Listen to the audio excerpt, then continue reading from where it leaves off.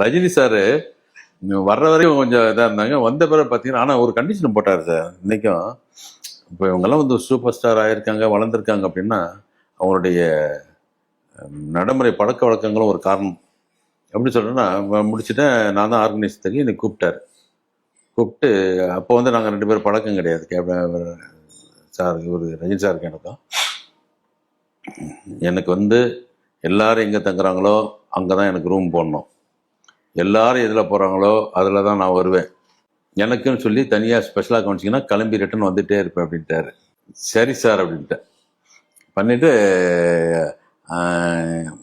அங்கே போய் ஒரு 6 மாதம் மலேசியாவில் எல்லாம் ஷோக்கெல்லாம் ஆரம்பிக்கிறதுக்கு எல்லாம் டிக்கெட் விற்கிறதுக்கு எல்லாம் ரெடி பண்ணிகிட்ருக்கோம். பார்த்தீங்கன்னா ஒரு 10% 15% கூட டிக்கெட் சேல்ஸ் ஆகலை. என்ன பண்ணுறாங்க, ரஜினி சார் வரமாட்டார், இந்த மாதிரி தான் வந்து எல்லாம் ஏமாற்றி பணத்தை கலெக்ஷன் பண்ணிட்டு போயிடுறாங்க அப்படின்னா நான் என்ன போய் சொல்ல முடியும்? ஐயோ உண்மையிலேயே வர்றாங்கன்னு நான் கற்று தான் முடியும். என்ன வந்து ப்ரொடியூசராக யாருக்கு தெரியும்? அங்கே ரஜினி சார்னா தெரியும், கமல் சார்னா தெரியும், விஜய் சார்னா தெரியும், எல்லாம் தெரியும். என்ன யாருக்கு தெரியும்? நான் என்ன சொன்னாலும் எனக்கு இருக்க ஒரு நண்பர் வட்டாரம், ஒரு சின்ன வட்டாரம். இவங்க எவ்வளோ பேர்கிட்ட போய் எடுத்து கொண்டு போக முடியும்? அப்புறம் நான் நேராக ரஜினி சாருக்கு ஃபோன் பண்ணிட்டேன். இன்றைக்கும் சார் ரஜினி சார்கிட்ட ஒரு நல்ல பழக்கம் என்னன்னு கேட்டிங்கன்னா, ஃபோன் பேசிட்டிங்கன்னா திருப்பி வருவார் லைனில்.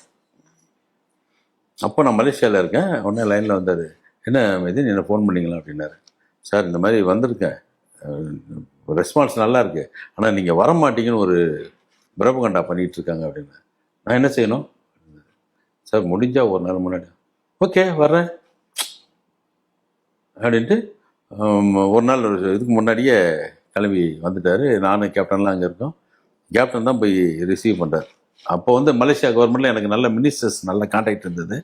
ஏர்போர்ட்லேயும் ஒரு பிரம்மாண்டமான ரெட் கார்பெட் வரவேற்பு கொடுத்து வெளியில் ஆயிரக்கணக்கான கூட்டம். அங்கேயே இப்போ இது வச்சேன், லைவ் ப்ரோக்ராம். கேப்டன் இது ரஜினி சார் வர்றதை இறக்கி வர வச்சு அப்போ தான் போய் ஃப்ளைட்டில் போயிட்டு அவர் லக்கேஜ் வச்சுருக்காரு. அது போய் கொடுங்க ஏன் பொட்டியை நான் தான் தூக்கணும், போங்க உங்கள் வேலையை பாருங்கன்ட்டார். சொல்கிற ஒரு இடத்துடைய இது அவர் தான் எடுத்துகிட்டு வந்தார்.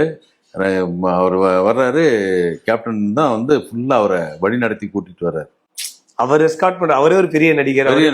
இவர் வந்து அவருக்கு ஒரு பாதுகாப்பு கொடுத்து கூட்டிகிட்டு வர்றாரு. நானும் கேப்டன் உங்களுக்கு இந்த க்ரௌடு ஃபுல்லாக வந்திருக்கு கேப்டன். ஏன்னா வந்து தமிழர்கள் இருக்கிற இடத்துல கேப்டனுக்கு ஒரு பெரிய மாசு உண்டு. நிச்சயமா அப்படிங்கிறேன். சார் நான் சமாளிப்பேன் சார், அவர் நம்ம தான் சார் அவர் பத்திரமா கூப்பிட்டு போகணும்.